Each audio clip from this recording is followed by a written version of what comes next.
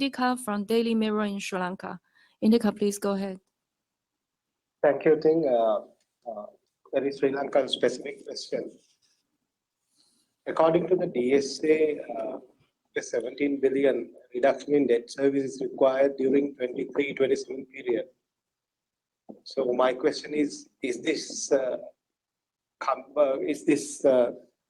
should this come by way of haircuts?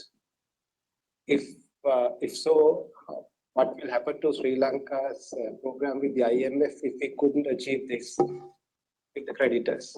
Thank you. Thank you, Indika. Before you answer, we actually also received a question from Ceylon today, Sulochana.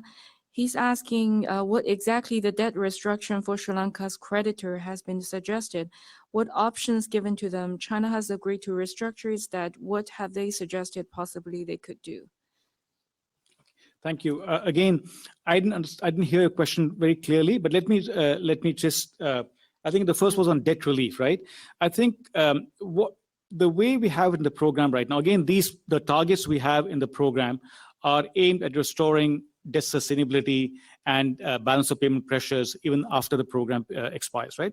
So debt relief is expected to contribute about 17 billion to close the BOP financing gap in 2023 to 2027, which is the overall gap is about 24 billion. So the remainder of this gap is covered by financing from the IFIs and so on.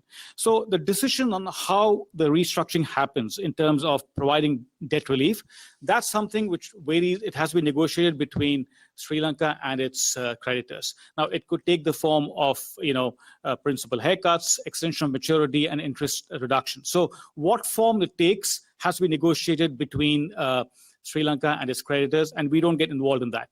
And that also addresses the second part, the second question which you raised in terms of the engagement. Sri Lanka is expected to outline a strategy or a blueprint to engage with creditors later this month, and that will provide a basis for engaging with the creditors on the restructuring.